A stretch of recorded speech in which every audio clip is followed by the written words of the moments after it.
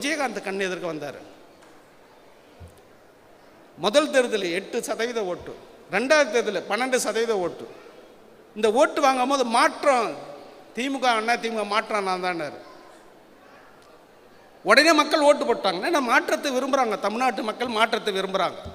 திராவிட கட்சி திமுக அண்ணா திமுக இருக்கக்கூடாதுன்னு சொல்லிட்டு மாற்றத்தை விரும்புகிறாங்க. ஓட்டு போட்டாங்க. 12% ஓட்டு. அடுத்த தேர்தல் வரும்போது திமுக தலைவர் கேப்டன் வருவார், கலைஞர் கேப்டன் வருவார் கூட்டணிக்கு அப்படின்னு காத்துனுக்கிறார். ஒரு 6 மாதத்துக்கு முன்னாடி ஜெயலலிதா சொன்னாங்க, விஜயகாந்த் இரவு நேரத்தில் குடிக்கிறாரு அப்படின்னாங்க. விஜயகாந்த் மறுநாள் மறுப்பு சொன்னார். என்ன மறுப்பு தெரியுமா? அந்த அம்மா தான் வந்து ஊற்றி கொடுக்குறாங்க எனக்கு அப்படின்னா. அப்படியாப்பட்ட விஜயகாந்தை அந்த அம்மா 2 இரவு 3 பகல் உட்கார வச்சு பேசி 41 சீட்டு கொடுத்தாங்க, 42 சீட்டு கொடுத்தாங்க. 29 சீட்டு வெற்றி பெற்று எதிர்கட்சி தலைவராக வந்துட்டார். 6 மாதம் கழிச்சு பார்க்குறோம், நாக்கு கட்சின்னு வெளியே வந்தார். அவள் தான் இன்னி வரைக்கும் வெளியே வரல. அப்போ ஒரு கூட்டணின்னு சேர்ந்த பிறகு அவர் அடையாளமே இல்லாத போயிட்டார்.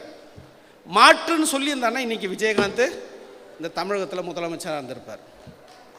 திமுக அண்ணா திமுக மாற்று அப்படின்னு தானே விஜயகாந்த் இன்னைக்கு முதலமைச்சர்.